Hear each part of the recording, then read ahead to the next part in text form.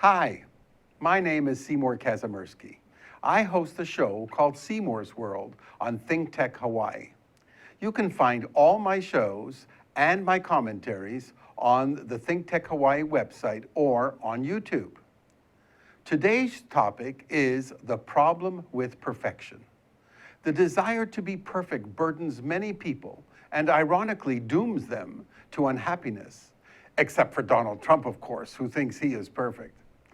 At first, we might think that trying to be perfect is desirable. Let's take a deeper look at that belief. Perfection suggests a state of flawlessness without any defects. Seeking perfection at a particular task might be achievable, and certainly students can strive to attain a perfect grade, or you can try to accomplish a perfect job at something.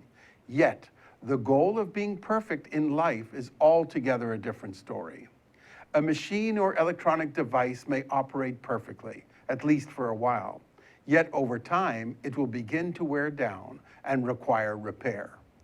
I think the very notion of perfection is rooted in our DNA. Humans were never intended to be perfect. I know I'm not perfect.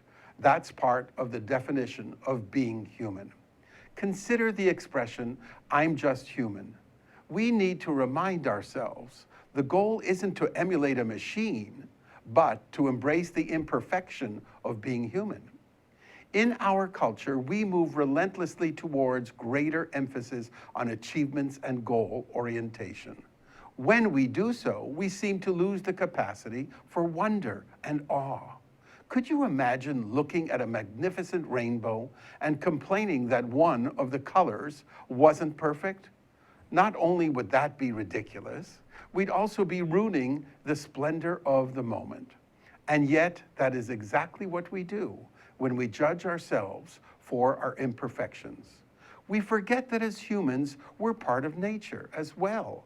As such, we would benefit if we accept the natural state of life, which, by the way, happens to be imperfect. Ironically, if someone ever could achieve this impossible state of perfection, it's likely that very few people would tolerate him or her. For the perfect individual would be a constant reminder to all of us of our shortcomings, not to mention that they probably wouldn't be much fun to be with. Who would really tolerate, let alone enjoy, being with someone who is perfect? Not me, that's for sure. Usually we strive towards being perfect to compensate for a sense of inadequacy. People who would want to be perfect usually have an exaggerated sense of their own shortcomings. They typically received messages earlier in life that they weren't good enough. So they decided that only by being perfect would they be beyond reproach. Perfectionists tend to think that other people are somehow better or superior to them. So they need to be without flaw just to catch up. This is a terribly damaging myth. Individuals who seek perfection are acutely sensitive to the judgments of others. In fact, these judgments are most often imagined. Everyone has an opinion, but elevating someone else's opinion to the status of being a judge is really silly. After all, someone else can't really judge you unless you confer upon him or her the power of being a judge. The pursuit of perfection limits our ability to be present and literally robs us of the vitality of life. It is unachievable, unimaginable, and frankly undesirable. So why pursue it? Our time would be better spent in delving into how to heal the insecurity that catalyzed the desire for perfection in the first place. Perfection is a terribly misplaced goal and most often a compensation for what really troubles us.